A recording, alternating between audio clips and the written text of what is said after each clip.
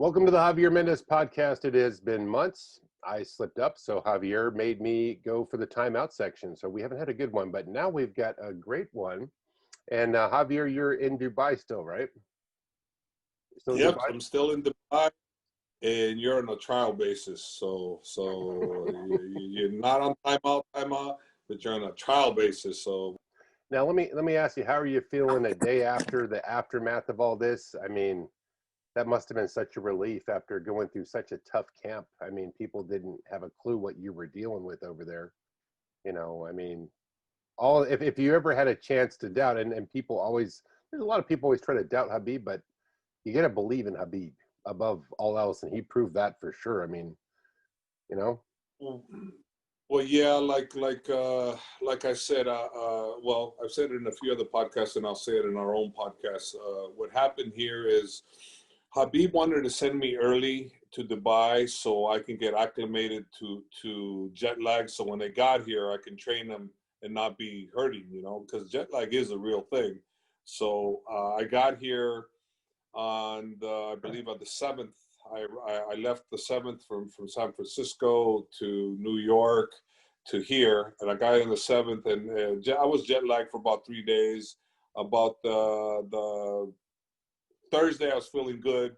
Friday is when Khabib arrived, and when he arrived, I said, "How you doing?" And he goes, "Coach, I'm sick." I went, "Oh, what do you mean you're sick?" He goes, "Yes." I go, "What's wrong?" He goes, and he takes off his mask, and his jaw's like this, you know, and I'm like, what the hell's that? He goes, they call the mumps. And back in the good old US of A, because we have vaccinations, we don't even know what the mumps are anymore, but not other countries. The other countries have the mumps. So he had the mumps, and I'm like, what the hell is that? Well, I Googled the mumps, and it's something that is highly contagious, and high fever, your jaw's like this, you know, basically your jack. Basically, it takes weeks. It takes weeks to get over. I go, well, when'd you get it? He said, well, I got it the day before my father's show that he did in Russia. He did the first ever for his member of his father, what his father wanted to do. He did the first ever show there, and he was there for that. But he got it the day before that. So I'm like thinking, oh, we just got this 3 days in, right? So he shows up 3 days in. He's not working out with the team because he's still sick, so he's resting. He rested about 3 or 4 days, you know, and then he joined the team, but he went slow. And he, like, say, trained like on a Tuesday, you know. He did a light workout, and then Wednesday he did a little bit more, but he's feeling a little better. And then Thursday we're supposed to work out, and I say, "Where's Khabib?" They go, "Coach, he's in the hospital." I went, "What?" Whoa. Yeah, I get to take the hospital. So here we go. He's in the hospital 3 days. He was in the hospital 3 freaking days. I'm like, oh, great. You know, that's all we needed. We're fighting one of probably, if not the second, which I consider the second toughest guy or the toughest guy, one or the other. But we're fighting a very formidable opponent, you know. And I said, man, we can't afford to be missing any days. And now he's already sick. We're 2 weeks out, you know. And I'm like, God dang it, you know, not good. Then what ends up happening, so he's in the hospital, so now we're out again, right? So he's in the hospital 3 days. He comes out of the hospital after 3 days. Now we're over 2 weeks into the camp, and he hasn't really been able to train. 2 weeks already. So he showed up on about the 11th. I believe it was the 11th he showed up on the 11th. And 2 weeks later, he's still not really training. And I'm like, oh, this is not good. Now, after about 4 days after he's home from being in the hospital, he decides that we got to get started. I said, no, we do. We got to get started. We got a lot of catching up to do. So he starts the week off slowly, you know, building up. And I work with him on the mitts a lot, you know, up in ways. So he basically, you know, we get to sparring again, and he sparred on the one Friday. I don't remember what day that was. And he went light, you know, only like 3 rounds. And then on Monday, he goes, on Monday, I need to do 4 or 5. I said, yes, we need to, because we need to play catch up. So Monday, he does 5 rounds. He was okay in the sparring, not great, but not bad, right? But I'm going, okay, it's not too bad, but, you know, we need to be better. On Wednesday, he was doing really good. The sparring was really good, you know, and I'm going, all right, we got him back. All of a sudden, Second round, he stops, and I'm like, what's wrong? Good. And all of a sudden, they said, oh, his toe, he messed up his toe. And I'm like, no. So he rested again. And I'm thinking, well, can you do it? No, I can't. So we'll take a couple of days. I'm fine. Well, all of a sudden, the second day out, we're thinking, man, this must be worse than it is. So he goes and has an x-ray, and he finds out his toe's broken. Yeah. And I'm like, fucking God dang it. Now, what else can go wrong? Toe mumps, then trains a little bit, breaks the goddamn toe. And I'm like, oh, man. So then we had to rest again. He couldn't really couldn't work out. So we had to take some days off. They told him it's going to take about a whole month to heal. And we got, I think we're a little bit over 3.5 weeks left for fight. So he's got a broken toe. We aren't really working out. We got 3.5 weeks. And I'm like going, oh, wow, great. This is exactly what I needed, right? But one of the things he said to me that still will always ring to me, and this is the reason why I know he'll be ready to go, is when we started back up, the light sparring, only wearing tennis shoes with no takedowns, just pressure. And he started doing fantastic in sparring, man. He, as you know, you were there, you saw it. Yeah. And his last sparring session was fantastic. And I said, all right, doesn't matter. None of this matters because everybody goes through hardships in camp. He finally did great. And bottom line is he was ready to fight. Even though he had a broken toe, he was ready to fight. Nothing wrong, okay? Everybody has injuries. Nothing wrong. Just explaining what happened, not making excuses, because come fight time, he was freaking ready. And even if he never had any injuries or didn't have the flu, he might not have been any more ready than he was for this fight. And the one thing that made me even more comfortable, he said, hey, coach, he goes, my toe may be broken, but my mind is not.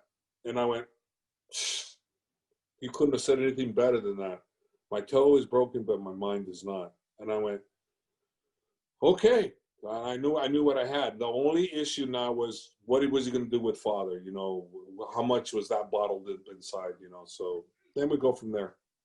Well, that's the thing is, like, during camp, you're not trying to open wounds and you're trying to let him deal with the way you see his focus. You stay back and you come in where you're needed and you stay on the coach mode with him and he moves just as normal, but then he rises above. I mean, the guy is so impressive. That I think that was one of his most formidable opponents, but I think he showed people he had stuff that he'd never, untapped before. Nobody's seen that triangle before. Nobody's seen that kind of pressure. I think if you watch the Tony Gaethje fight, you see that Tony was standing back more trying to feel him out, make a boxing match, and Khabib was all pressure, wouldn't really let him get off. I mean, it was just... Well, if you were there, so you saw what my plan was. Plan was pressure, Cain Velasquez style. I call it Cain Velasquez style because, and Khabib knows, he knows what I wanted. And I said Cain Velasquez style. So that's why in the fight I was saying Cain Velasquez. And he kept putting the pressure. But originally, when the fight started, we said, stay outside. I don't want you coming in. Stay relaxed. Stay on the outside. Keep moving. Keep moving to your left, okay? Because, you don't want to go to your right because it's the power side. I'm sorry. Move to his, let's see, southwest. So, move to the left. So he's moving, he's moving properly. Moving to the right. I'm sorry, not left. Left is the power side. So he's moving it right. And I said, when you feel comfortable, then come in, but I want a lot of pressure. I told him, I want you never in kickboxing range. You always got to be in boxing range or clinching range. Never kickboxing range, because that's where he's going to be the most damaged. And he's going to go for your calf kick. The calf kick is the number one thing he's going to do. And I kept telling him, and he keeps telling me, coach, you tell me too much calf kick. Because what if I focus too much on calf kick and I go, look, I don't need you to focus on calf kick. I just need you to repeat it when I tell you, because that's what he's going to do. That's the biggest weapon he has against you. And I need you to prepare. So having a broken toe was no good because we couldn't even practice that no more, because I was having him practice all the time. But then now we couldn't have no one kick at him because that toe, you couldn't risk hitting that damn toe. So we were screwed there. But regardless, he knew what to do. I showed him 4 different ways of blocking, and he was working them, but when the toe broke, that was it. There was no calf kick. There was no calf kick practice so much as it was pressure. No, And, you know, when I saw him boxing, I was like, I felt great about his hands. He dotted, you know, Justin up pretty good in the face. He got some good marks on his face from his punches. He was throwing hard, clean punches on him. I was, you know, well, but it was like he had him guessing. The guy was gassed halfway through the first round. He was breathing out of his mouth. And he was like, is Khabib going for my legs? Is he going to punch me? He was like, Khabib had his game right where he wanted him, pretty much. well, like I said, you know, Habib has been trained how to do this from the get-go. People don't understand it. They don't understand the kind of pressure that he puts. So they can say, oh, this, not this, not. But when you have Habib in front of you and he can punch you like he can punch, and now I think now people can honestly go, okay, Habib can strike. Before they were always downing his striking. It all started with Joe Rogan. Okay, well, he was still learning, but you know, he's a lot better striker than people give him credit for. You were there presently. You watched what I do with him. I don't let him just box with somebody or kickbox. I make him do father's plan. And I tell him, I get mad at him when I go, what are you doing? I go, that's not what the fight's going to be. I don't need you to be showing me how good your kickboxing is, your boxing. I need you to stick to father's plan because that's what's going to give us the victory, the easier way. I go, what do you want, the hard way or the easy way? He goes, the easy way. I go, well, then stick to the plan, the pressure, takedowns, you know. And he does it so goddamn good. There is nobody in the business that does it better than him in the lightweight division. No one is even close to him. And I know people say, well, you know, Justin's got D1 wrestling. I go, okay, that's good, but you can have all the D1 wrestling you want. It doesn't matter. It's not wrestling. If it was just specifically wrestling only, you know, I wouldn't have an opinion like that because I'd have to see how Khabib as a regular wrestler. And I don't know him as a regular wrestler. I know him as an MMA expert on taking you down. The best. He's, to me, I consider him a master's master on the art of MMA takedowns. Khabib is a master's master, not a master, master's master. He's above the normal guy, good guys. He's way above those guys. He knows how to do it. He's learned a lot from his father. He's learned a lot from me and how to close the gap, how to do it properly. And he's fantastic, you know, and that's one thing that people don't understand, and I knew. And then another thing too, if you remember, Justin says he's going to stay in the middle of the cage because if he gets to the cage, he's screwed. That's what he said. He said that. He did say that. He did say that. He knew that. Yeah. That was not a good thing. That was not a good thing for him to say. He shouldn't have said that because he told on himself about his wrestling right there. He told on himself. Yeah, in his mind, when Khabib put pressure on him and he's near the cage, he sabotages himself. He sabotages himself because he was like, he said it. He should have never said that. I'm screwed. People interviewed me. They asked, well, what's going to happen if Khabib can't take him down? I didn't say we're screwed. I said, we got a tough fight. We got to fight. I go, but we're yet to see if Khabib can take him down. I've yet to meet someone he can't take down. So, but my attitude was, yeah, if we can't take him down, we're prepared for that. Right. I didn't say, well, shit, we're done. Right. You know, right. If I would have said, shit, we're done, and I told Khabib, hey, if we can't take this guy down, we're done. Now, can you imagine what happened if Khabib couldn't take him down? Khabib would have lost confidence. And then before you know it, Khabib's like, well, coach says we're done, so I'm done. Right. Oh, I didn't say that. I said, we got a tough fight. We're still going to win. That was my attitude. And I told Khabib, look, you can do it my way, do it your way. I don't care as long as you win. But if you do father's plan, which is what he's done since he was a little boy, you're going to win. You know, right. and I said, you know, so you, and he understood that. So he goes out there and he does father's plan. And of course, now that we're here and you're on, I mean, we got to discuss what we did that you and I are involved in that almost effed up everything. And it was your idea, your brilliant idea. Mr. Snake, the Snake Man. Snake. You were the Snake Man because you guys talked about doing this thing and you said about bringing the cheetah in and because Khabib's deathly afraid of animals and you know that. And that's a fact. He's deathly afraid of animals. We could have brought some dogs in, I guess. Yeah, I'm thinking, you know, in my mind, I'm thinking, oh, you know what? I'm thinking that's not a good idea. But I let it happen. And remember, I had you film me. I go, but film me. I want you to film me so I can say this was not my idea. This is your guys' idea. And then you go in and say, hey, why don't we throw in the snake? Yeah, okay, good idea. So, Yeah. so go ahead and explain what happened to that snake that you're Mr. Good Idea. Dad, explain. Well, I think we were talking like, oh yeah, bring a cheetah. And the cheetah actually seemed very docile. The snake, not poisonous, won't bite you. But if somebody is afraid of snakes, they don't generalize. They don't go, maybe that's not the snake I'm afraid of. They're just afraid of snakes. That's a scary looking, was it anaconda? And Anaconda. we had just seen it. And Omar, the fixer, had, he was like, hey, he loved that snake.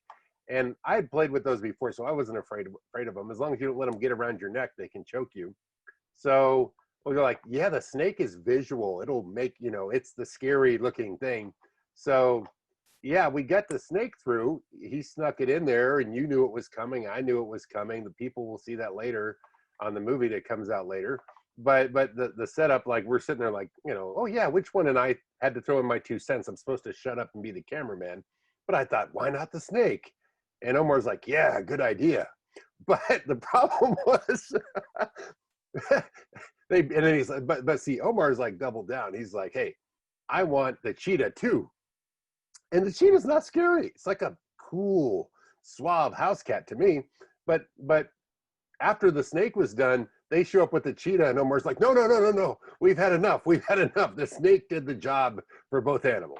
But what happened? What happened? What did the snake do? What happened with Khabib and Moblid? What happened? Oh gosh, now that was the screw up. Now we never anticipated, like they ran to the corner of the room, and you got Mowgli sitting there, and he's in front of the snakes coming towards him, and Habib's behind him going, with his mouth open, and Mowgli like backs up and headbutts him, gets his head caught in, Habib's upper teeth, gets some nice teeth mark in his head. That's why the blood was there. And Habib's like, oh, my teeth. And, we had to send Mowgli to go get stitches, I think.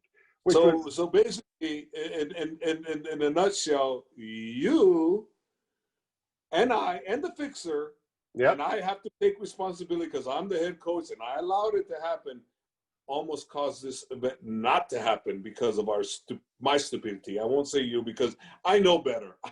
It's not you, it's me. It's and I know better. And then the thing is, you say that the cheetah was docile, but okay. But now imagine this: Habib's deathly afraid of animals. Now you bring in a cheetah. I don't care if you had him on a leash or whatnot. A cheetah. Right. And then you see all these guys running. You really trust the cheetah to just not freak out? Yeah. Can you imagine if he would have freaked out, what would have happened? Cheetah would have man. Boom. Oh, man. That would have been disaster. I don't care what the trainer said. Oh, yeah, he's docile. Okay, remember what happened when we went to the alligator? We went to watch the alligators? Yep. And we asked those guys if anybody got bitten. That one guy, the one trainer goes, oh yeah, I got hit on the calf by, what was it? A bear or something. A bear put a claw on him, and then he had a snake bites and all of those things. Remember he was telling us all that? Yeah. Up until we got there, where he's like, oh no problem. But that was the guy that never got bit telling us the no problem. Then we meet, the test dummy for animal bites. And that guy was like, well, I got one over here, and back in '72, I was hit by an orangutan. I'm like going, and you think it's okay? You want to let out the lion? Oh no, just like go, no, because I said I don't care if he's never bit nobody. I don't trust Be the first. Because they would have sensed my fear, and how do I know? I'm afraid. I'm not going to sit here and tell you, you let a lion out there, and I'm not used to animals, and especially something that's that powerful. No way. And then I don't know if you remember, but the orangutan.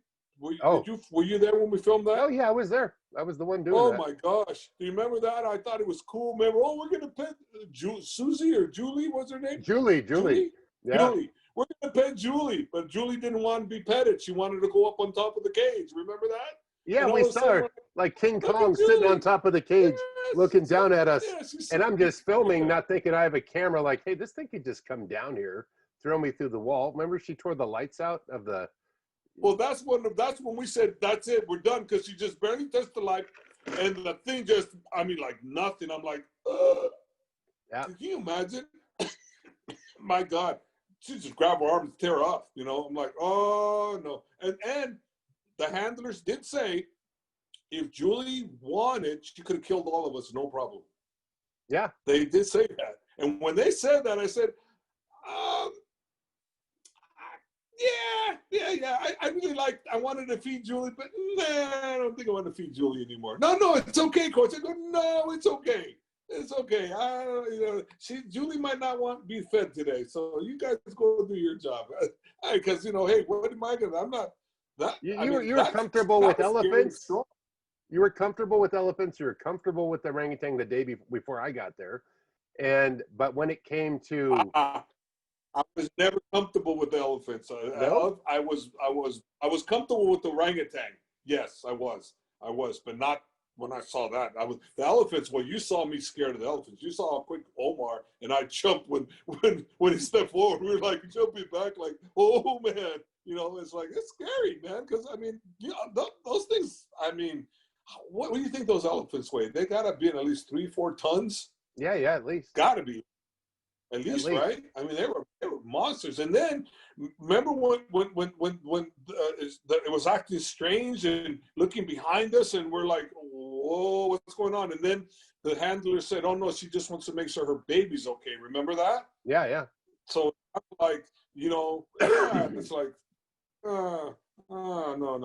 And they will act to protect their young, so they'll do crazy things. So it was scary. It wasn't not necessarily one of those, easy peasy. No way. Well, the thing is that the hospitality overall, from Nas and Sheikh Hamdan and Omar and everybody that arranged, Omar's like project manager, the fixer, making sure everybody was okay. Someone goes to the hospital. He was so on it, man. He took care of the team like a professional. Like, that guy could manage anything. He was amazing. I just watched him handle business. But the hospitality. Ahmed was also. Ahmed was the man, dude. Jobber, he is got a heart of gold. That guy took care of us like nobody's business, and such a sweet man. So I actually consider him a friend, 100% brother friend. He's incredible heart of gold, just beautiful person. The Prince I've only met one time, and obviously he's very generous because he's allowed us to use his facility. I think it's the greatest facility in the world. Oh, today I got to go in that round thing with the flotation thing. The float tank. The float tank. I did that one by the pool. Today. At first I was telling the guys, hey, no, only 5 minutes. I don't know. I don't want you closing the door on me. I said, only 5 minutes. He goes, okay, coach, 5 minutes. Man, next thing you know, I close my eyes and I'm just flowing and I'm going, no, that's okay. Go ahead, 10 minutes. And then he opens up 10 minutes. I go, no, give me another 10 minutes. And then I said, hey, can I just stay here? And he goes, yeah, coach, stay as long as you want. I said, okay. I stayed in there 35 minutes. It was so cool. I was like, wow, this is relaxing. It's just floating. Man, leave your body. Surprised to do that. It was cool. And then one of the guys gave me a good warning. He said, don't get it in your eyes because it'll burn your eyes with the stuff, the stuff they put magnesium. It's a magnesium. Yeah. Magnesium. He said, don't let that get in your eyes because that'll, so I did it. But dude, that was dope. But they rarely ever get called because this place is like the safest city in the world. Very crime free. Even the driving coming back to California, I'm like, whoa, on the defensive. Like there's a lot of people here that are not very road aware of each other. And over there, I felt very comfortable on the freeways. I drove over here twice since I've been back, and I'm like, oh my gosh. Like you're on it, And you notice there's 3 million people in Dubai, 3 million plus people. No traffic congestion at any time. There's traffic, but not congested anywhere. Yeah. Anywhere. It was like free flowing anywhere, no matter what time of the day. It's like free flowing. And I'm going, wow. They really have top of the line everything. And man, it's unbelievable. The hospitality and everything is it's just incredible. Another guy I want to plug is Faisal. Remember Faisal? He took care of everybody on the team. He was there for Khabib. Faisal, he was there. Our coffees in the morning. I'm like, this guy's running. He's on it. You know what I mean?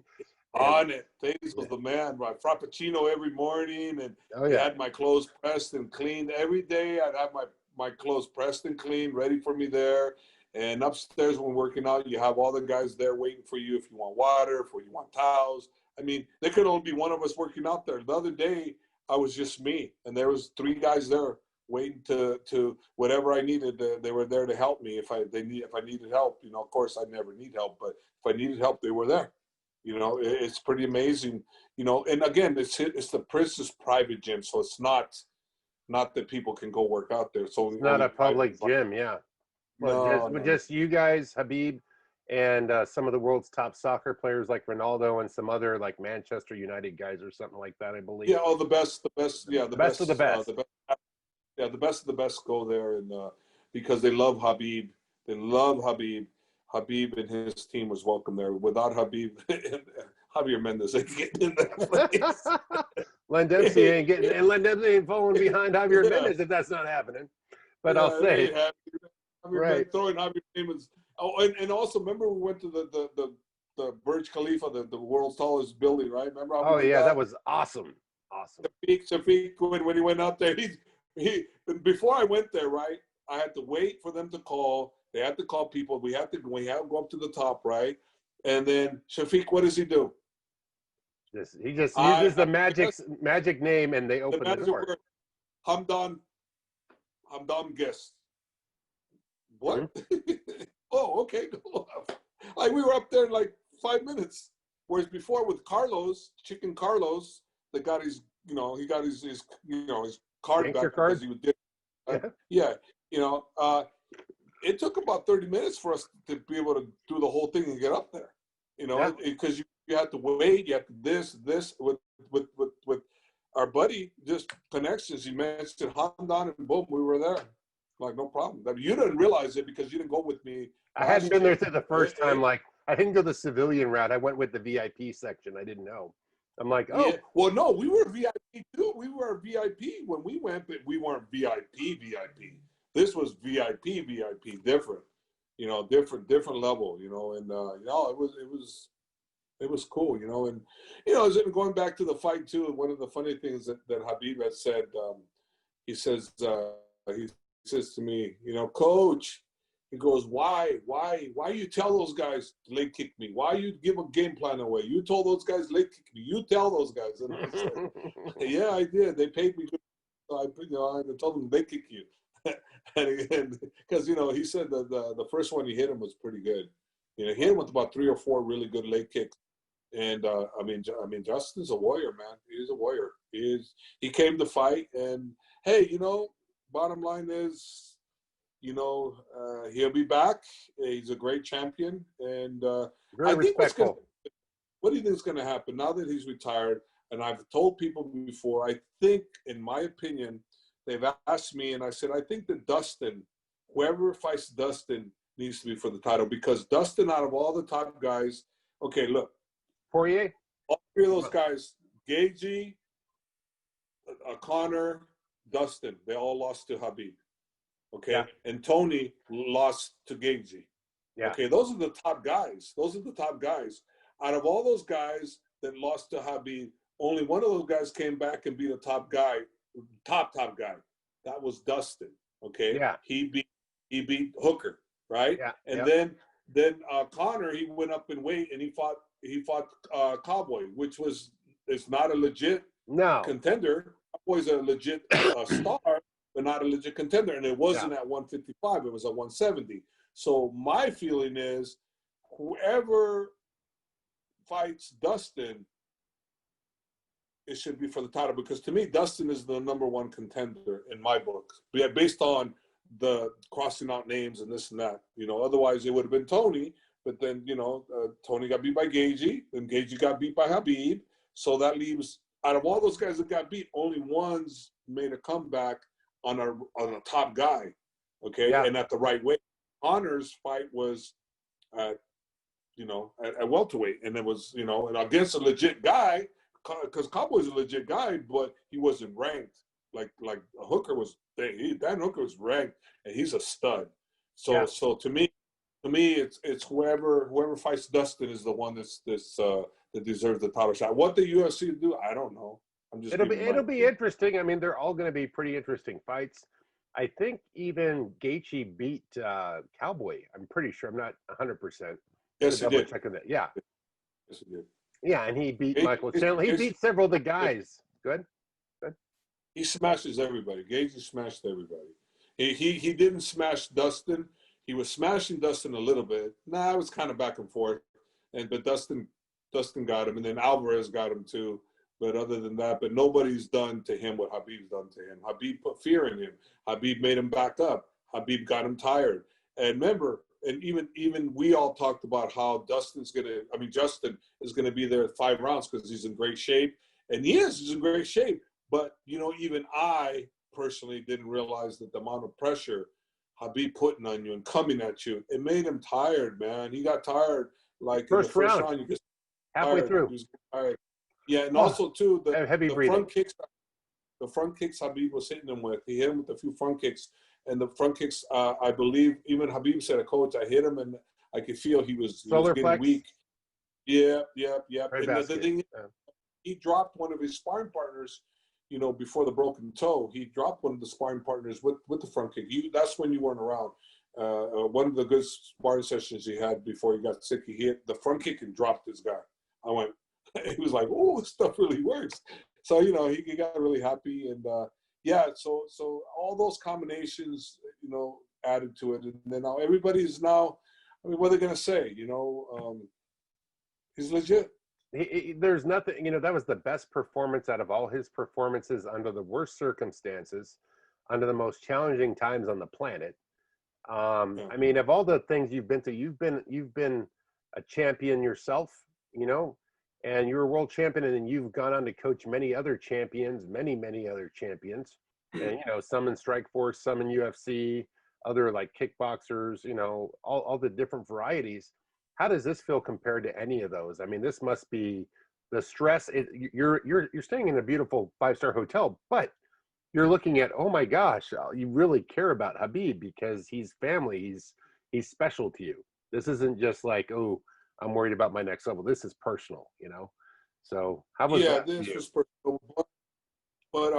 But fortunately for me, not unfortunately, fortunately for me, I have been doing this for a while. So before I was so nervous that the week of the fight, the day of the fight, I couldn't sleep. I'd be like, oh man, I'm so messed up because my mind's racing. What if I screw up? What if I do this? So I'm like having the worst sleep ever because I'm so worried about doing my job correctly. And then especially knowing that I have Trevor Whitman across the cage for me, who's a master himself.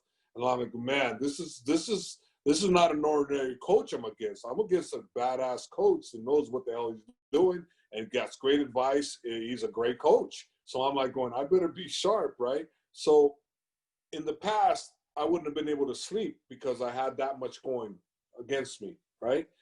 But this time around, I was fine. I slept every night. I've been doing this so long. I've been under the gun, and I'm realizing, I go, what? This is no different than what you've done before. But the only thing that sucked is after the fight, then I couldn't sleep. After the fight's over, it's all done. Now my mind's racing. Oh, he's retired. Oh my God, I didn't expect the retirement. Oh, what? Okay, what do we do now? Oh, shoot. Oh, okay. We're gonna be. I mean, my mind is going. I have to take Xanax, and I have Xanax prescription, and I haven't used it, but I had to take them because there's no way in heck I could sleep. And that really sucked.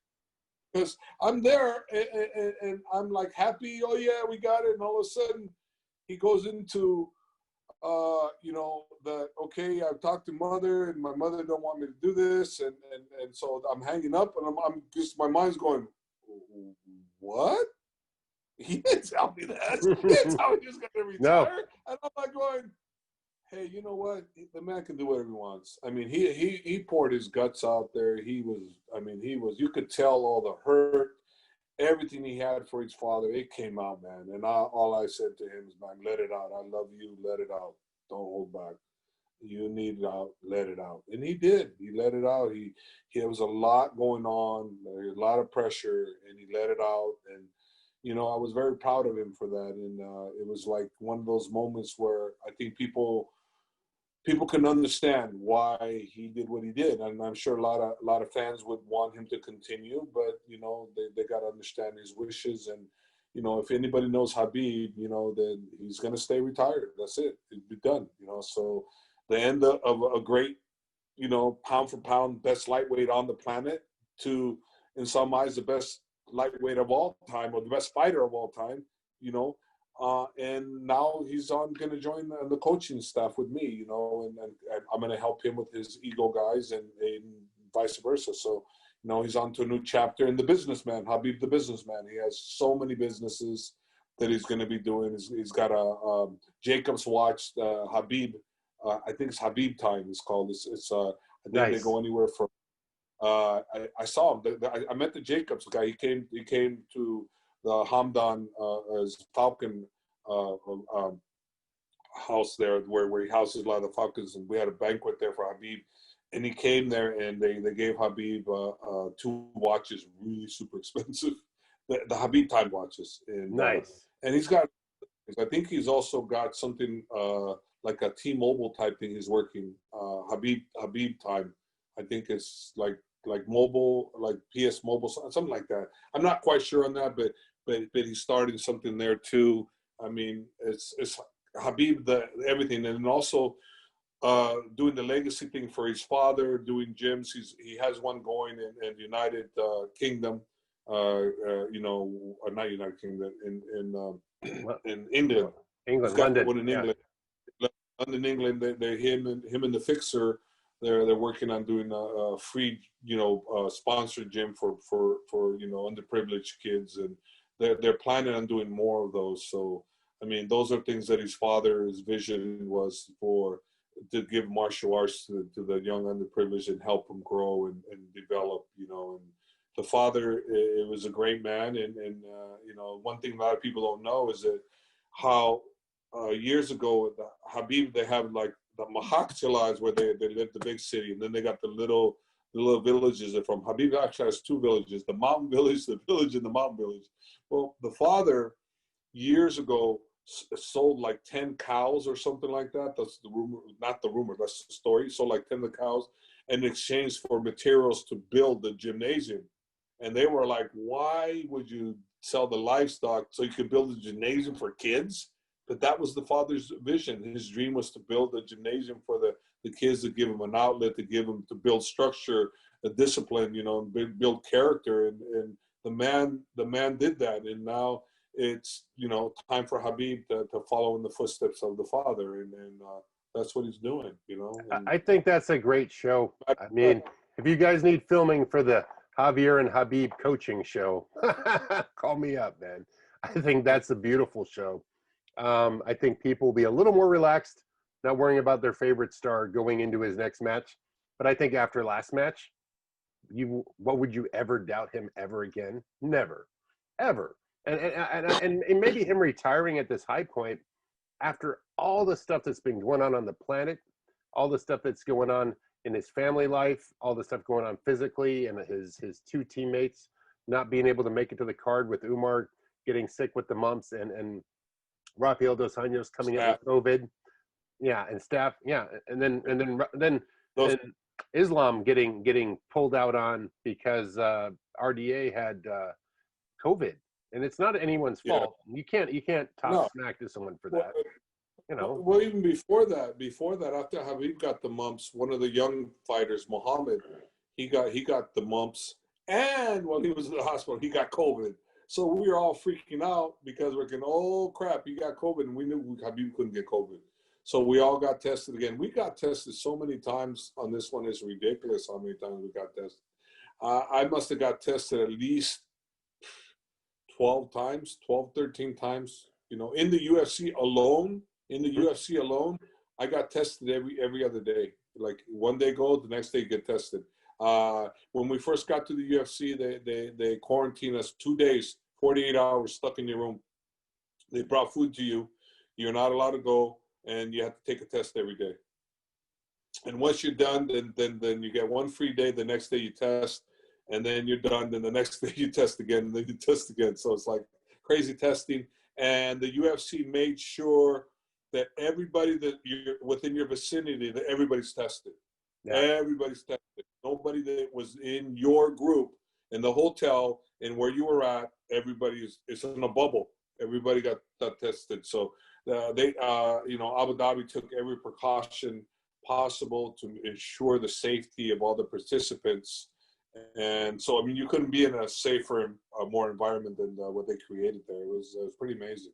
You know, the way they had saliva tests though, right? We were doing the nose test when I was with you. We did 4. they let you do both. They let you do both. I took the saliva test but you know what? The nose test was so much easier for me. The saliva test I almost gagged every time. I kept going the saliva test thinking it's easy, but every time I'm like, whereas because it's like I feel like but the nose test was like nothing, no big deal.